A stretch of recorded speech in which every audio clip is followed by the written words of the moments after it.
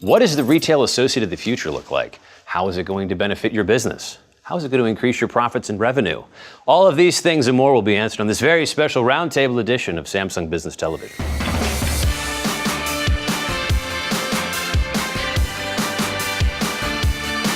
Thank you so much, both of you, for hanging out with me today and talking about the retail associate of the future. If you could, please, if you want to do a round of introductions, Sucharita, I'll start with you. Yeah, sure. I'm Sucharita Kodali. I'm a retail analyst at Forrester. Thank you so much. And Ian? Ian Hutchinson. I'm working for Samsung B2B Mobile Division, and I look after business development for the retail sector in the US. Ian, can you give me a brief overview of what's happening in the market? At a simple level, our experience is now becoming fairly unified on the e-commerce world. So I go online to shop, and most brands now can represent themselves to me fully. They know what they can anticipate what I'm doing, they can find out what I want, and they can fulfill my needs as a shopper. When I go into physical stores, I'm losing that experience. I'm also losing my journey that I might have from where I was online to when I went into a physical store. So brands are wrestling with how do they make sure those customer experiences, and how do they make sure the people that meet me in the store live up to the online, my online experience. Is there any specific data that we can, I guess, look at? Because one of the things that we talked about recently before this filming is data darkness, and kind of what the online retailers really have as an advantage over the brick and mortar stores. And so can you talk a little bit about the analytics behind what somebody might have from an online environment versus what's happening in retail? Sure. When you're online, I'm going to be able to run data science and in a very calm way and figure out who you are, what you might want, what you last bought. And as a consumer, I like that because you've anticipated my needs. When I walk into a physical store, you may not even know that I've entered it, who I am, what my purchases may have been, what my preferences are. Maybe I don't meet an associate at all. So then I do go data dark. So what we're trying to do is to find ways to bring lightness to that data dark area. There's a couple of places you might know of what's going on. One is at the cash register when I'm paying. That's the first time you probably get to know who I am. And then the merchandised product that you have in the store, you may know something about that when you scanned it in on the back shelf. But if you weren't scanning product in or cashing me out, you probably have no awareness of that. So then how can you effectively upsell, cross-sell, merchandise me, get me what I want, where I want, compare my prices? You just can't create that experience today, but we think there's an answer to that. There are so many places where retailers don't have visibility in the physical store. There's definitely the consumer piece of it where they don't know how they're even navigating through a store. They don't know what a consumer is considering. They don't know how long often a shopper has spent time in a store. Right. So there are really, really important pieces of information that if retailers knew it, they may be able to do things differently to better lay out a store, better merchandise the store, better serve the customers that are in the store. Retailers don't even know if a consumer has come to the store and has not found what they're looking for. That's something that online retailers know because a consumer may search for something or they may add something to a cart and then ultimately choose not to purchase it. You don't know that in the physical store. There are also other elements of even just issues related to inventory, and very few retailers, even to this day, completely know what's in any given store, how many units of that item are in that store, and whether or not that item is actually available for sale, which is one of the reasons that some of the investments like omni-channel have been really, really difficult to fully monetize because there isn't always that visibility. So there are a lot of opportunities to improve the overall data richness that's in a retail environment. To your point, very recently, I had a retail experience where I went to get a pair of shorts, and it took so long to get the pair of shorts that I eventually just put them down and left, and I got them on an online retailer using my cell phone. So how do you prevent people like myself, who are very imperfect and very impatient, from leaving stores and keeping engaged while present in a retail environment? So those problems really have been solved a long time ago. We've just forgotten how to solve them because before stores became owned by large corporations and they had to come up and scale them, people would know you in your local environment, and most retail is local. Part of that process then is I need to be able to engage you, but I need to do it as efficiently as the double click does when you're on a website. So we need to empower that associate to be able to be that double click and be knowledgeable for whatever you pivot to wanting. And if you do that, even people that think they may not need help from an associate will engage because you've just added value. So what we're really intrigued by is what can we do to make sure that associate is empowered to have that conversation and make it as effective as the double click on the website. Retailers need to enable shoppers to get that information however they want to get that information. And there are a number of retailers now that on their websites will identify if an item is at a particular store, in what aisle, how many units are there. So there are retailers that are getting there, and that level of transparency in the data that we talked about, and just making that visible to shoppers is really, really important, I think, for saving shoppers like yourself, Reid.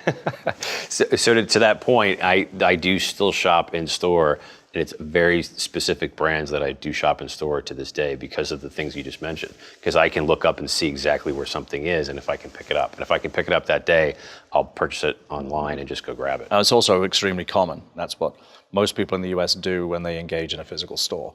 And when they can't, that's when it breaks down. But the time it takes for that thing to break down, although you said you're in the store 40 minutes, people's confidence goes in about a second. Yeah. So what you want to do is you want to be able to get there before your confidence has already started to diminish. And the trick is then, how do you make sure those interventions occur in real time? How do we make sure that those interventions occur in real time? Is it just a watch? Is it a device? Because it can't just be gimmicks, right? We actually have to solve problems with the tech. It can't just be tech for tech's sake. If you don't put some form of IP address, meaning a device or a watch or something else, in the hands of or the associate, then you can't empower them. You've got to be able to contextually get the information to them so they can use it. So I think there's a trust environment there that you can have where the associate, no matter whether they've been there a day or 1,000 days, can be powered up to answer those questions. Are we starting to see a change in that I guess, to use your words, trust, where maybe a retail environment where a retailer would not have previously put a device in a person's hand, and now they're starting to realize that that is a tool of empowerment? It's a bit of a cycle. It'll start with elements like transactions first, mobile POS, untethering the store associate from the cash wrap, and then it moves to some of the higher order, the knowledge-based selling, the clienteling that empowers store associates to provide recommendations or provide, stylist advice if you're in a department store or in an apparel store. So it's very much evolving, but there's some really interesting and promising solutions out there. So when it comes to the actual implementation of technology, what are we implementing physically? Is it just watches and cell phones, or is it something much more complicated than that? Typically, there has to be a center to the ecosystem, right? And what we're finding is that it's actually a mobile device. Now, that doesn't mean it has to be a phone. It could be a larger form factor that we share. So maybe it's an 8-inch screen tablet or a 10-inch screen tablet that I can now clientele with somebody else and share what's on there. And that's just a form factor, right? It was not just a form factor. The form factor is really important. But now I can bring everything that's out there on the internet and my brand, and I can bring it to you on this device. So now I've opened up the conversation and turned myself into potentially a double click. Then I can feed off contextually, right? I know the time of day, I could know weather patterns outside. I may have micro context, which is beacons at the end of an aisle, or beacons in a mannequin, or RFID tags, or I could be using QR codes, or I could be using augmented reality. All of these devices can accommodate that. So in a sense, it gives retailers an opportunity to use one or more of these other sensing technologies. You could use cameras. Part of the security cameras could be tracking not who I am, but how many people are moving through a zone. So you can do zone heat mapping. That's, again, no personal identifiable information, but telling me about heat map of traffic. Right. Now I can start doing some data analysis afterwards that says, wait a minute, if I tie every Tuesday afternoon at 2 p.m., whenever it rains, and we have this going on in the fall, right, our sale of these seasonal items goes to this. So now I can run some data science, whereas previously I may have not known that at all. Second part comes out of it is return on investment. Let's say I started with QR codes or barcodes. I'm going to look and say, well, next year, what we're going to do, this is so valuable, why don't we use beaconing in these areas and experiment? You can ping my phone and put a pop-up to say, hang on, don't go to aisle 10, wait and talk to me, right? I have a coupon, I have this. You can flag people contextually to literally where they're standing with a defined message, but that message could change by hour, by day, by month, by merchant. Where's the line between professional persistence and just pestering and annoying somebody? There isn't a fine line, there's multiple fine lines, but it's a design problem. It's the same design problem that I would have in my store layout, the color choices I have, how wide my doors are. what seasonal items I put in the window. It's the same business problem. And you've got to think through with empathy towards your end user, your customer, and ask them permissions. So it's based on roles and permissions, right? And then scenes, like what's the scene that's playing out and who are the actors in it? And then what's their role and permission, and giving you control over that environment so you can elect in more or less. Then there are some things that are called affordances, or when devices do things for you or show you a way to be dealt with. So for example, if a door opens for me and I have 4 bags in my hand, I'm really glad that it just opened for me, right? Or if that stoplight goes from red to green in a little used T-junction by my house, I'm really happy there was a little camera up there going like, somebody's here, turn the color on, right? So there are basic things that actually are very helpful, but they've been designed well. So I think it's a design issue, it's about human factors, and it's about giving the consumer permissions. So Sucharita, To Ian's point about, kind of how can you be useful? I think that's where a lot of retailers also sometimes fall short, because it's often driven, most of these programs are often driven by marketing, which has the goal of specifically driving sales, right? But sometimes a lot of what's utility to the shopper isn't always coupons and offers. It can be, and consumers love coupons and offers, by the way. It's just, the timing of when you deliver them that are incredibly important. But things like opening the door for me or informing me that, maybe come back in 10 minutes when the parking lot isn't congested.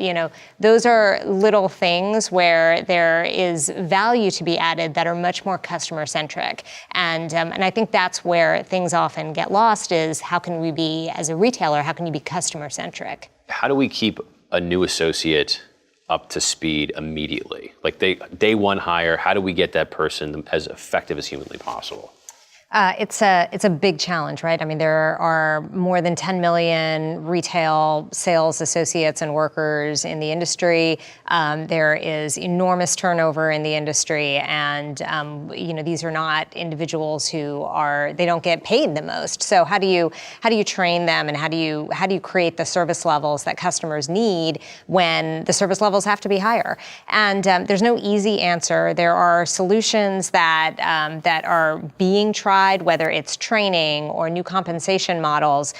This is actually a place where technology can have an impact, whether it is providing information on mobile devices where a sales associate can have information at their fingertips, using voice recognition, for instance, asking a question right into the phone and getting a response on whatever question a customer may come in asking. It could be remote servicing, even leveraging a tool like FaceTime or WhatsApp to actually talk to somebody who maybe isn't physically in that store, but can still answer the question and is a trained sales associate. So there are ways to get to how do you create a better customer experience, and also taking into consideration some of these really pressing constraints that retailers have with respect to labor. I think one of the things that we've been wrestling with really deeply in the last 6 months is how do we create the universal associate? And the way you do that is by universal associate. I don't mean all associates are the same. I just think it's a play on equity, right, and fairness, which is why can't all associates have equal access to the same information and the same devices and the same platforms as each other, right? You're still going to bring your own personality, your experience, and everything else, but you should have access. That's what I mean of equity of access to the same tools and resources. And then what you can do, whether you're the merchant or the store operations people, you can introduce new information on a daily basis. And if you did that, not only would you be able to get your associates up to speed more quickly and outselling and cross-selling and being functional, you'd have them adding value more quickly, and they'd also be relevant each day. So each day is a new store day, new associate. So you can actually have 4 years or 40 years experience in that store, but still be fresh that day. So I think the opportunity for devices and all the content that goes through them, and having each associate in the store having access to the same thing, that's a real breakthrough. How does the retail environment stay relevant in a world where the online online shopping has become so prolific, really? Both channels, I mean, if you're just looking at online and offline, they exist for different reasons, and shoppers shop there for different reasons. You've got to meet the customers where they're at, and they're going to come at you from everywhere, right? They're going to all walks of life with all needs sets. Some are urgent, some want to leisure shop. Some people would view going out as retail experiences as something to do on a Saturday afternoon to stay cool, right? And entertain the kids. So go to the mall because it's got AC. There's lots of different reasons, or including the ones where they physically need to touch something. The online side of things is, I think, about an efficiency model, right? I want something as quick as I can, as simple as I can, as cheap as I can, and here now, right? The in-store experience gets much more to effectiveness, right? So, and if you can get both right, so can you come in the store and get something effective? And so effective means I buy the right thing, the right best thing, right first time. So I've made some comparisons, I've touched it, I've felt it, I've made a decision, now it's shipped to my house. But I also know that it was cheap and quick and fast and those other things. So I think when the minute you move out of efficiency, the other thing in terms of a buying process, the consumer being a buyer, you've got a rebuy. It's something I bought last time, I want to order it again. Now I'm into the efficiency model. I want it to this location as fast as I can. There's the modified rebuy, which I kind of liked that last time, but now I want to know there's something different or better. Maybe I want to touch it physically in some way and see it and compare it. And then there's the complete new buy. And I think in the new buy area, people want to be in a physical space for a lot of things. So the solutions that we're seeing in big box also applicable to like medium size and then small retailers as well? Yeah, they absolutely can be. But what we find are that there are some really different challenges and opportunities that exist for different types of stores, whether it is a national chain that is a large format store or, a small store. And there tend to be bigger scale challenges and training challenges with the larger stores. But some of the most interesting use cases are with the smaller stores, because not only are they using these devices from the get-go, and they're often using it for things like mobile POS and transactions, but they also are often using these same devices to place orders or to connect with vendors or with inventory management systems of some of their sellers in their stores. So the use cases are different, but at the same time, what you end up with is mobility basically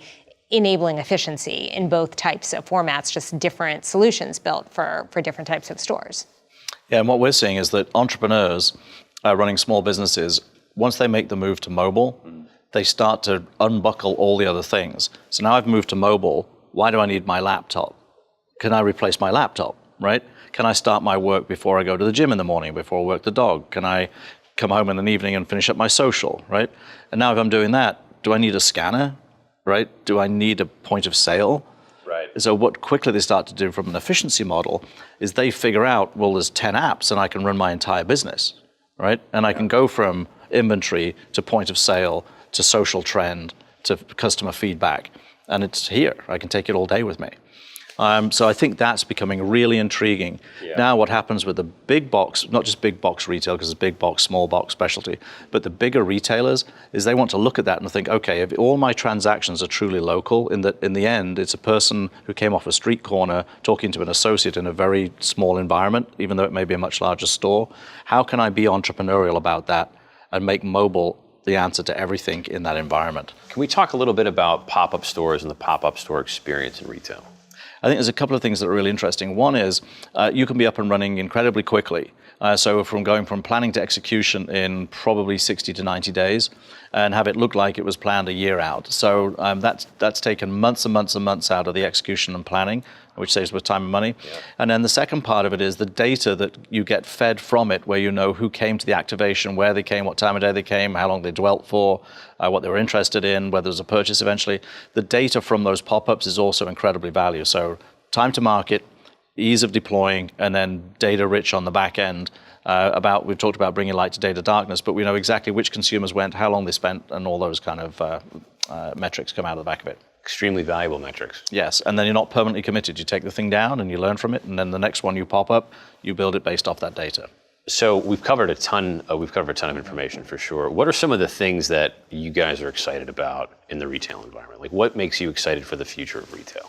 When we talk about some of the challenges in the retail industry, they're often associated with traditional physical goods, often in categories like media, because those are increasingly digitized. But at the same time, we are seeing more shopping centers open, and we are seeing consumers spending more money in certain types of categories. And a lot of those categories are services. They're categories that can range from food away from home to beauty services to education facilities and shopping centers, medical services, you name it, it's there. And all of those are essentially different skins of retail environments. They're new ways that we as consumers are spending money. And that's how I think the retail environment evolves. That's where new entrepreneurs come in.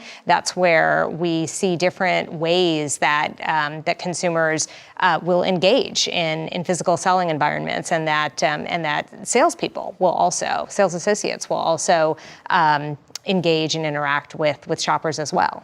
Very cool. And then Ian, I guess to you then, what makes you excited for the future of retail? The revolution that we've seen in web or e-commerce marketplaces over the last 15 years, I think we're just on the start of that for physical marketplaces.